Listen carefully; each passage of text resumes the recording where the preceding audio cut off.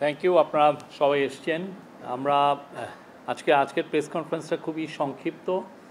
আমরা দুটো বিষয়ে এটার উপরে আলোকপাত করব। তার আগে আমরা জানতে পেরেছি যে পোপ ফ্রান্সিস মারা গিয়েছেন। আমাদের চিফ অ্যাডভাইজার খুব শকড এবং উনি কন্ডোলেন্স জানিয়েছেন। এটা আমরা একটু পরেই কন্ডোলেন্স মেসেজ পাঠাবো, এটা আপনারা পাবেন। আর আজকে প্রেস কনফারেন্সের অন্যতম বিষয় হচ্ছে যে মাননীয় চিফ অ্যাডভাইজার কাতারে যাচ্ছেন। এটা মূলত ওইখানে কাতারে আর্থানা সম্মেলনে ওইখানে উনি জয়েন করবেন। এছাড়া অন্যান্য বায়োলেটারাল কিছু প্রোগ্রাম আছে। আর একটু পরে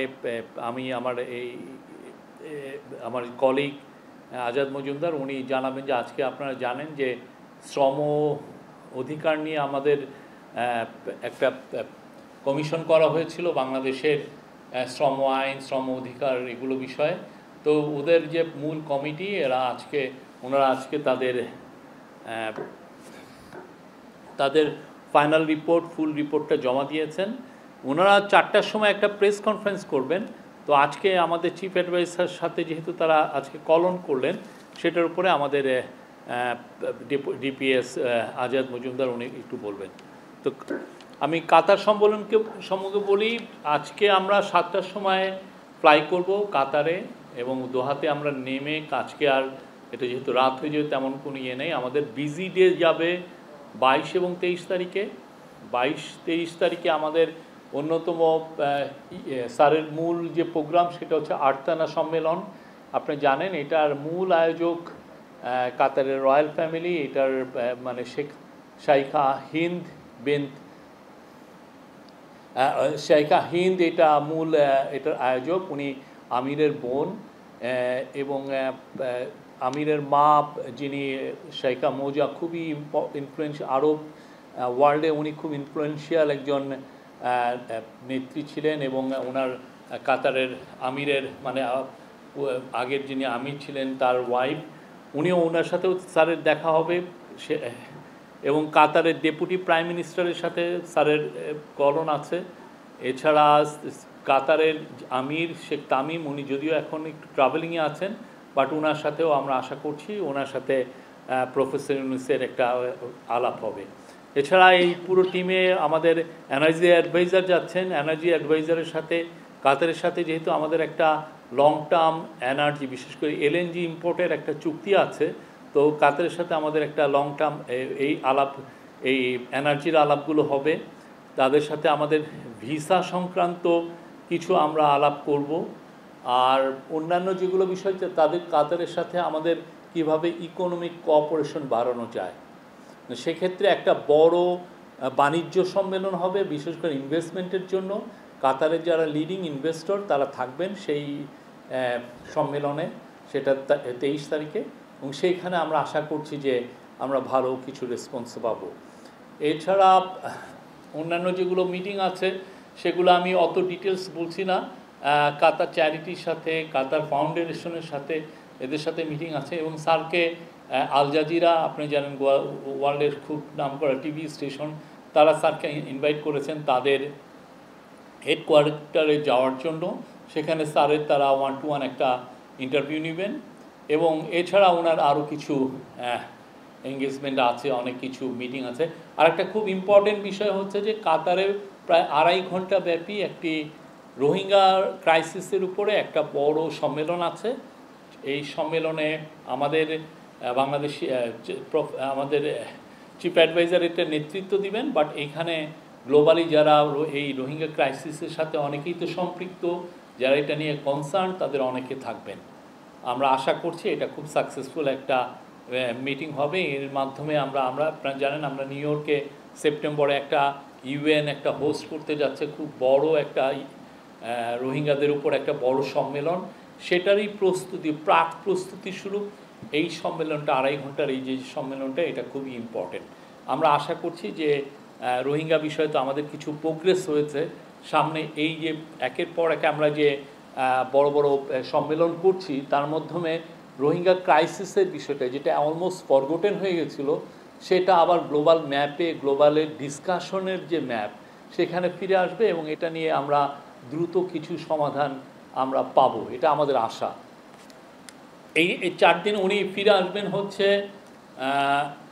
আমাদের বাংলাদেশ সময় খুবই আর্লি সকালে, অর্থাৎ 2:30টার দিকে, 25 তারিখ রাত 2:30টার দিকে, মানে 24 তারিখ দিবাগত রাতের পরে যে সকালটা।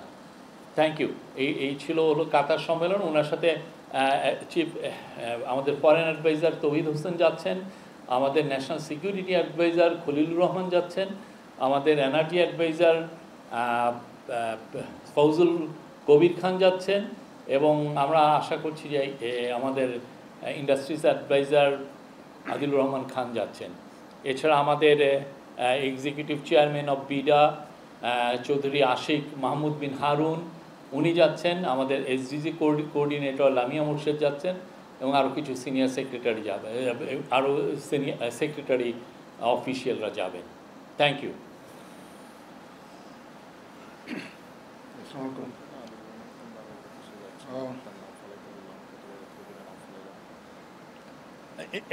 একটা বিষয়, আদিলুর রহমান খানের বিষয়টা এখন আমরা শিওর না, সরি। এনার্জি অ্যাডভাইজার উনি যাচ্ছেন, সরি।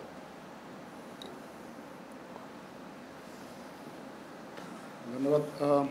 আপনারা এর মধ্যে শুনেছেন শ্রম বিষয়ক সংস্কার কমিশন ওনাদের রিপোর্ট আজকে প্রধান উপদেষ্টার কাছে জমা দিয়েছেন। মাননীয় প্রধান উপদেষ্টা ওনাদেরকে একটা কথাই বলেছেন যে যেই কয়টা সংস্কার কমিশন এখন পর্যন্ত তাদের প্রতিবেদন জমা দিয়েছে, এর মধ্যে এই কমিশনটার একটা বিশেষ দিক হচ্ছে এইটার ইন্টারন্যাশনাল একটা ইন্টারেস্ট।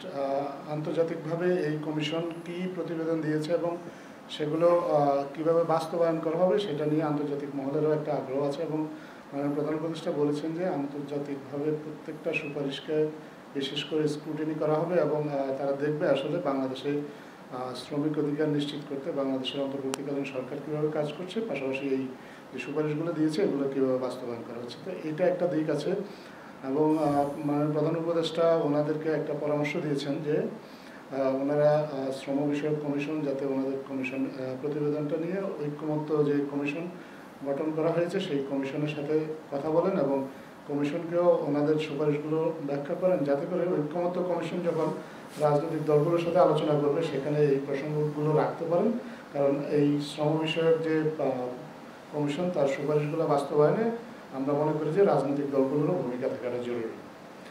এই কমিশন অনেকগুলো সুপারিশ দিয়েছে, আমরা একটু পরেই আপনাদেরকে সুপারিশের একটা সারসংক্ষেপ দিয়ে দেবো এবং পুরো প্রতিবেদনটাই দিয়ে দেবো। আমি জাস্ট যেহেতু আমাদের সময় সংক্ষেপ এবং ওনারা আসলে বিকেলে আরেকটা প্রেস কনফারেন্স করবেন, খুব সংক্ষিপ্ত আকারে তাদের দু একটা সুপারিশের কথা বলছে। ওনারা মূল যে সুপারিশটার কথা বলেছেন যে সকল শ্রমিকের আইনি সুরক্ষা।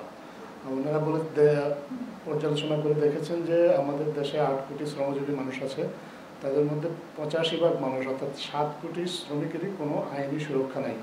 ওনারা সরকারের কাছে সুপারিশ করেছেন এই শ্রমিকদের জন্য একটা আইনি সুরক্ষা যাতে নিশ্চিত করা হয়। পাশাপাশি জাতীয় ন্যূনতম মজুরি নির্ধারণের একটা সুপারিশ ওনারা করেছেন, যাতে করে সব পেশার বা সব ধরনের শ্রমিক যারা আছেন তারা আসলে এই জাতীয়ভাবে একটা ন্যূনতম মজুরির আওতায় আসতে পারেন, সেটা যেন নিশ্চিত করা হয়। এই সুপারিশটা করেছেন। শ্রমিকদের জন্য নিবন্ধন তথ্য ভাণ্ডার গঠন করার সুপারিশ কথা বলেছেন, যাতে শ্রমিকদের পরিচয়পত্র রাখা হয় এটার কথা বলেছেন। বিভিন্ন সময় শ্রমিক আন্দোলনে অনেক শ্রমিকের বিরুদ্ধে অনেক মামলা হয়েছে, এই মামলাগুলো আসলে প্রত্যাহার করার জন্য দ্রুত সরকারকে উদ্যোগ নেওয়ার জন্য ওনারা সুপারিশ করেছেন। শ্রমিকদের সংগঠন করার অধিকারটা যাতে আরও সহজ করা যায় এবং দর কষাকষির অধিকারটা যাতে নিশ্চিত করা যায় এ বিষয়ে ওনারা একটা সুপারিশ করেছেন। ট্রেড ইউনিয়ন করার যে শর্ত এটা যাতে শিথিল করা যায় এটা বলেছেন। কর্মক্ষেত্রে যৌন হয়রানি প্রতিরোধে 2009 সালে হাইকোর্টের একটা নির্দেশনা আছে, এই নির্দেশনার আলোকে সকল কলকারখানা সহ সকল কর্মক্ষেত্রে আসলে যৌন নিপীড়ন এবং সহিংসতা বিরোধী যাতে নীতিমালাটা প্রণয়ন করা হয় এবং এটা যাতে নিশ্চিত করা হয় সে বিষয়ে সরকারকে কাজ করার জন্য ওনারা সুপারিশ করেছেন। এবং আরেকটা সুপারিশ 6 মাস মাতৃত্বকালীন ছুটি, এই সুপারিশটা অন্যান্য কমিশন থেকেও এসেছে, ওনারাও এই সুপারিশটার পুনরাবৃত্তি করেছেন। এর বাইরে ওনারা শ্রমিকদের জন্য একটা সার্বজনীন তহবিল করার কথা বলেছেন এবং যাতে করে শ্রমিকরা আপনার এই তহবিলের মাধ্যমে বেনিফিটেড হতে পারেন। বিভিন্ন সময়ে তারা নানা ঘটনা দুর্ঘটনা দুর্যোগের শিকার হন, যাতে শ্রমিকদেরকে এই তহবিল থেকে সহায়তা করা যায় এবং কর্মক্ষেত্রে সুস্থ পরিবেশ নিশ্চিত করার জন্য ওনারা একটা সুপারিশ করেছেন, শ্রম আইনে মহিলা শব্দের পরিবর্তে যাতে নারী ব্যবহার করা হয় এবং কর্ম পরিবেশে শ্রেণী ক্ষমতায় তুই তুমি ইত্যাদি সম্বোধন চর্চা বন্ধ করার একটা সুপারিশ করেছেন। আরেকটা গুরুত্বপূর্ণ সুপারিশ ওনারা করেছেন যে শ্রম আদালত সহ ট্রাইব্যুনাল এবং অ্যাপিলেট ডিভিশন পর্যন্ত সর্বক্ষেত্রে যাতে বাংলা প্রচলন করা হয় এবং এই বিষয়টা ওনারা একটা সুপারিশ করেছেন এবং সিদ্ধান্ত গ্রহণে নারী পুরুষ সকল শ্রমিকদের অংশগ্রহণের একটা সুপারিশ করেছেন। মোটা দাগে এইগুলো হচ্ছে ওনাদের সুপারিশ। এর বাইরে আপনারা একটু বিস্তারিত হয়তো ওনাদের প্রেস রিলিজের মাধ্যমে পেয়ে যাবেন বা আপনার রিপোর্টটা পেলেও আপনারা এই বিষয়ে আরও বিস্তারিত জানতে পারবেন। এখন যদি আপনাদের এই বিষয়ে কোনো প্রশ্ন থাকে আমরা আপনাদের সেই প্রশ্নের জবাব দেবো। ধন্যবাদ। আর একটা বিষয় সেটা হচ্ছে যে আমাদের চিফ অ্যাডভাইজার 3 জন কাতারি মিনিস্টার তার সাথে কল অন করবেন এবং তার অনারে কাতারের যিনি ডেপুটি প্রাইম মিনিস্টার ওনাকে একটা লাঞ্চন একটা থাকবে, তার ওনারকে একটা হোস্ট করছেন। আর উনি আর্থানা সামিটে ওনার মূল স্পিচের বিষয় হচ্ছে role of social business, financial inclusion and microfinance in fostering sustainable development and economic opportunities for marginalized communities. আর আরেকটা বিষয় আপনারা জানেন, এই প্রথমবারের মতো আমাদের একটা হেড অফ গভর্নমেন্টের সাথে 4 জন আমাদের নারী ফুটবলার এবং ক্রিকেটার যাচ্ছেন। তাদের যেই অনুষ্ঠানাদি যে আছে তাদের জন্য সেপারেট অনুষ্ঠানাদি থাকছে। আমরা আশা করছি যে তারা কাতারি যারা স্পোর্টস অফিসিয়াল, আপনারা জানেন কাতার স্পোর্টসে অনেক উন্নত, তাদের সাথে কথা বলবেন আর তাদের সাথে অনেক ধরনের ভিউ এক্সচেঞ্জ হবে। কাতারের অনেক স্পোর্টস ফ্যাসিলিটিতে তারা ভিজিট করবেন এবং আমাদের সাথে কাতারের কী রকমের স্পোর্টসে কোলাবোরেশন করা যায় সেই বিষয়গুলো এই মিটিংয়ে আসবে এবং আমরা আশা করছি যে কাতারের স্পোর্টস মিনিস্টারের সাথে তাদের দেখা হবে এবং কাতারের স্পোর্টস মিনিস্টার আমাদের চিফ অ্যাডভাইজারের সাথেও কল অন করবেন। Thank you. প্রশ্ন? হ্যাঁ প্লিজ, কোশ্চেন।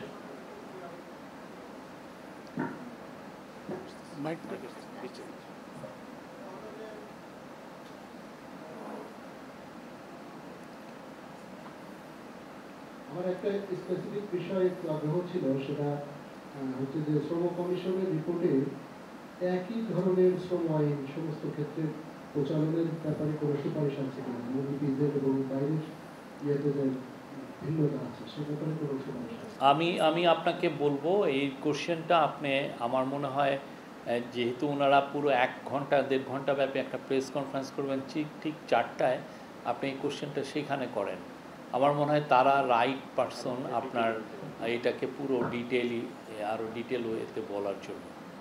আমি আপনার কাছে হ্যাঁ, আর আমরা একটু পরে পুরো রিপোর্টটা আমরা শেয়ার করব আর ওনারাও ওনাদের একটা ওয়েবসাইটের মধ্যে পুরো যতগুলো ডিটেলস রিপোর্টটা দিবেন আর আমরা সামারিটা খুব দ্রুত শেয়ার করব। আমি মহিউদ্দিন রেজিস্টার থেকে বলছিলাম।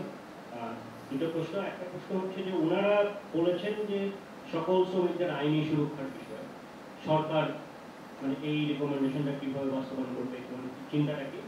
আর জাতীয় ন্যূনতম মজুরি নির্ধারণ করার বিষয়টাও তারা রিকমেন্ডেশনে বলেছেন, সরকার এই বিষয়ে কি করবে? এখন বাংলাদেশের সিস্টেমে ন্যূনতম মজুরি আছে সেক্টর ওয়াইজ, তো জাতীয় মজুরির ক্ষেত্রে আপনারা চিন্তা এই পুরো বিষয়গুলো ওনারা একটা স্যার তাদেরকে যেটা বলেছেন যে আশু করণীয়, আমরা খুব দ্রুত যে কাজগুলো করতে পারি সেটা তাদেরকে জমা দিতে। তো আশু করণীয় উপর যেটা থাকবে সেটা নিয়ে ভবিষ্যতে আমরা আশা করছি যে ক্যাবিনেটে ডিসকাস হবে। তো তার সেখান থেকে মানে কর্মপন্থা কী করণীয় করা যায় সেটা আসবে।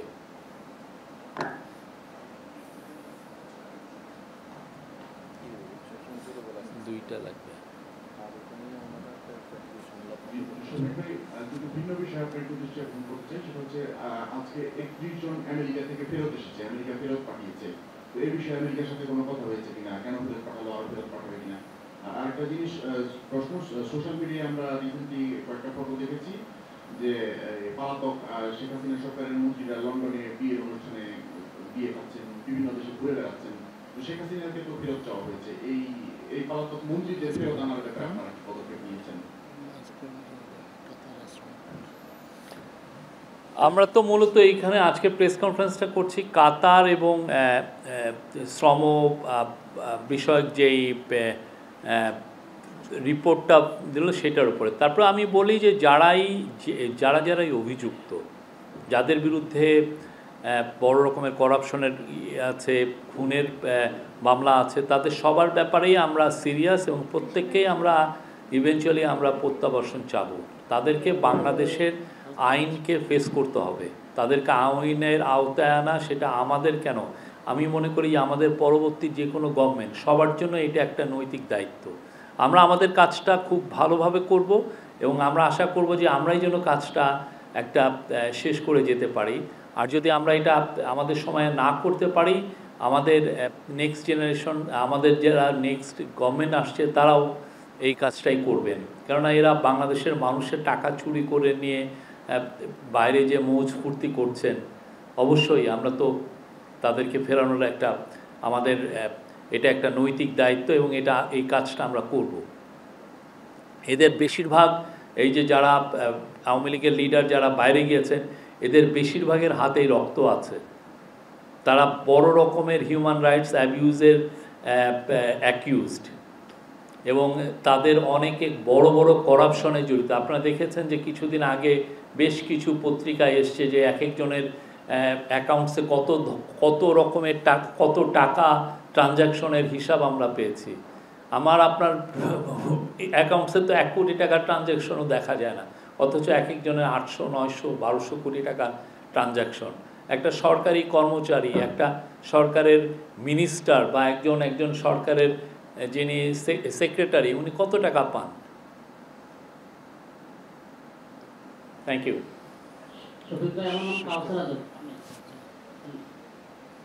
জি, নারী সংস্কার কমিশন যে রিপোর্ট দিয়েছে, সেই রিপোর্টটি হেফাজত ইসলাম, জামাত ইসলামী সহ বেশিরভাগ ইসলামী দলগুলো প্রত্যাখ্যান করেছে এবং এটা বাতিলের দাবি জানিয়েছে। আপনি যারা বিভিন্ন মাধ্যমে বিবৃতি দিয়েছিলেন, এই ব্যাপারে আপনাদের বক্তব্য কি? এই রিপোর্টটা তো আমি যে জানা মতে যে এটা ঐক্যমত্য কমিশনে যাবে। ঐক্যমত্য কমিশন এই রিপোর্টটাকে নিয়ে ভবিষ্যতে পলিটিক্যাল পার্টিগুলোর সাথেই কথা বলবেন। এই পুরো রিপোর্টগুলো যেগুলো করা হচ্ছে, এবং আজকেও যেমন শ্রম অধিকার নিয়ে যে রিপোর্টটা, আজকে আমাদের চিফ অ্যাডভাইজার বলেছেন যে যাতে তারা এই ঐক্যমত্য কমিশনেতে এটা সাবমিট করে, যাতে এদের যে অনেকগুলো জিনিসই তো আসলে পলিটিক্যাল ডিসকাশনের বিষয়, এবং এটা পলিটিক্যাল পার্টিগুলোই এটা অনেক ক্ষেত্রে ডিসাইড করবেন যে আমরা কতটুকু নিব আর কতটুকু নিব না। তো এই জন্য এই পুরো রিপোর্টগুলো আসলে ঐক্যমত্য কমিশনে যাবে এবং ঐক্যমত্য কমিশনই পরবর্তী দিক নির্দেশনা ঠিক করবেন কিভাবে এই রিপোর্টগুলো তারা পলিটিক্যাল পার্টিগুলোর সাথে কথা বলবেন। 3 তারিখের মধ্যে বাতিল না করলে এই কমিশন ওই দিন ওদের সমাবেশ রয়েছে হেফাজতের, তারা বৃহত্তর কর্মসূচি দেওয়ার ঘোষণা দিয়েছে। আমি এই বিষয়ে যেটা বললাম, আমি এইটাই আমার বক্তব্য।